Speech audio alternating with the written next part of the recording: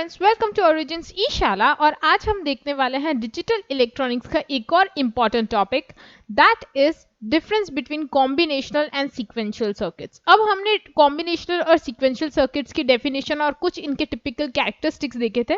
But अगर आप exam में इस क्वेश्चन को अटेम्प्ट करते हैं तो यूजुअली आपको एक ही क्वेश्चन देखने मिलता है, दैट इज या तो difference between combinational and sequential circuits, या तो फिर होगा कंपेयर द सीक्वेंशियल और combinational circuits, what ever you want.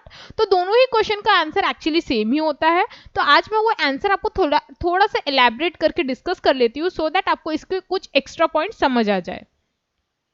तो जो हमारे कॉम्बिनेशनल और सीक्वेंशियल सर्किट्स होते हैं, सबसे पहले अगर आप एक चीज नोटिस करेंगे कि दोनों सर्किट में क्या कॉमन है, तो दोनों ही जो सर्किट्स हैं वो लॉजिक गेट से बनाई जाती है। बट जो कॉम्बिनेशनल सर्किट होती है वहां पे कोई मेमोरी एलिमेंट नहीं होता, वाइल सीक्वेंशियल सर्किट में लॉजिक गेट की जो सर्किट्स होती है वो तो बनेगी ही, प्लस उसके अंदर मेमोरी एलिमेंट होगा, यानी उस सर्किट को इस तरह से मॉडिफाई किया जाता है जिसके थ्रू आप उसके अंदर डेटा स्टोर कर सकते हैं। Next is output at any instant depends only on the input conditions at that instant। तो जैसे कि हमें पता है कॉम्बिनेशनल सर्किट्स में जो भी आप इनपुट देंगे इमीडिएटली आपको आउटपुट मिल जाता है। बट इन सीक्वेंशियल सर्किट्स हम लोग का जो आउटपुट है वो दो चीज पे डिपेंड करता है, एक तो आप जो इनपुट देने वाले हैं वो, प्लस जो हमारा आउटपुट आया था तो वो पास्ट वाले आउटपुट को भी हम इनपुट के साथ देते हैं। तो आप देख सकते हैं this point is in its output at any instant is dependent also on the past condition of output in addition to the condition of input at that instant. यानी इनपुट जो पहले वाला था उसका आउटपुट आया है वो, प्लस आउटपुट और इनपुट। तो यहाँ पे हर बार दोनों चीजें जाएगी, पास्ट आउटपुट प्लस इनपुट, दोनों ही चीजों को यूज करके हम अदर इनपुट यानी नेक्स्ट इनपुट क्रिएट करते हैं। There is no delay except the propagation delay between output and input। तो हमारे जैसे कॉम्बिनेशनल सर्किट्स में वहां पे मेमोरी एलिमेंट नहीं होता या पास्ट हमें स्टोर नहीं करना है, तो उसकी वजह से क्या होता है, आप इमीडिएटली इनपुट देंगे और इमीडिएटली आपको आउटपुट मिल जाएगा, तो वहां पे डिले नहीं होता, और I would say really less delay होता है।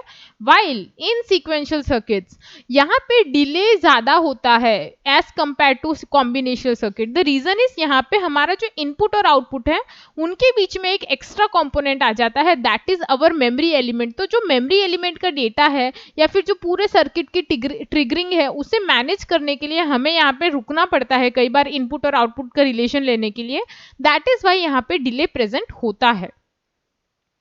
Next is design is simple due to absence of memory element. तो यहाँ पे जो डिजाइन होती है वो सिंपल हमारे बुलियन एक्सप्रेशन के बेस पे बनती है और काफी इजीली आप डेवलप कर सकते हैं। While in sequential circuits design is difficult, यानी यहाँ पे देखा जाए ना तो क्रॉस वायरिंग बहुत ज्यादा होती है, या फिर मैं कहूँ कि ट्रिगरिंग के लिए बहुत सारे कंपोनेंट्स को या फ्लिप फ्लॉप्स को एक साथ कंबाइन करना पड़ता है, तो उसकी वजह से जो डिजाइन है ओवरऑल सिस्टम की वो थोड़ी सी डिफिकल्ट हो जाती है।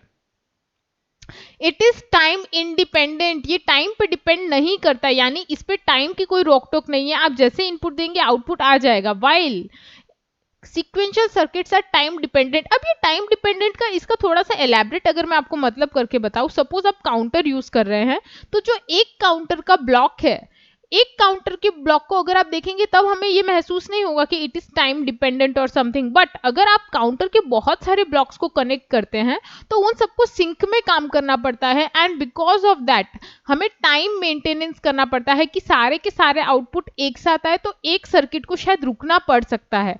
That is why this circuits are known as time dependent circuits. ऐसी ही चीजें रजिस्टर्स में भी देखने मिलती है, that are also part of sequential circuits.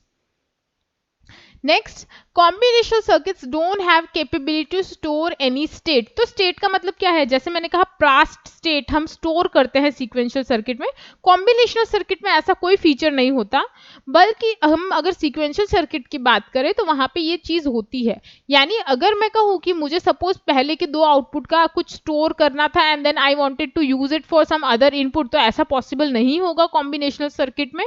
While sequential circuits में आप स्टोर कर सकते हैं डेटा, प्लस अगर आपको यूज करना है तो उसे यूज भी कर सकते हैं। As combinational circuits don't have clock, they don't require triggering. ये बहुत इंपॉर्टेंट पॉइंट है in terms of sequential circuits, because जो पूरा सीक्वेंशियल सर्किट का फॉर्मेट है वो क्लॉक पे ही बना होता है, यानी हर एक सीक्वेंशियल सर्किट में क्लॉक कंपलसरी होती है. अगर आप सर्किट में क्लॉक नहीं लगाएंगे तो वो रैंडम इनपुट्स लेके आउटपुट देती है सीक्वेंशियल सर्किट्स के अंदर. वाइल जो कॉम्बिनेशनल सर्किट्स होती है वहां पे हमें इतना बॉदर नहीं करना पड़ता, बिकॉज वहां पे पास्ट इनपुट पास्ट आउटपुट ये सब चीजें नहीं होती. तो आपका जो भी इंस्टेंट पे आपको इनपुट चाहिए आप इमीडिएटली देंगे और आउटपुट आ जाएगा. तो वहां पे जो क्लॉक है उसकी जरूरत नहीं होती. बट येस, कभी कभी अगर आप सीक्वेंशियल सर्किट्स नोटिस करेंगे वहां पे एक स्पेशल स्विच होती है, that is known as enable switch. तो आपको कॉम्बिनेशनल सर्किट में क्लॉक नहीं पर कभी कभी इनेबल स्विच जरूर दिख सकती है in certain circuits, not all. Next, more hardware is required. तो कॉम्बिनेशनल सर्किट्स में अगर मैं आपको कुछ एग्जांपल दूं, देट आर हार्डवेयर में अगर मैं कहूं तो मल्टीप्लेक्सर्स है, डीमल्टीप्लेक्सर्स है, कोडर्स है, डीकोडर्स है. तो ये सारी सर्किट्स को अगर आप देखेंगे ना, दीज ऑल आर बल्क और हैवी सर्किट्स. वाइल अगर मैं कहूँ कि सीक्वेंशियल सर्किट्स हैं तो सीक्वेंशियल सर्किट के जो ब्लॉक्स होते हैं ना वो बहुत छोटे होते हैं.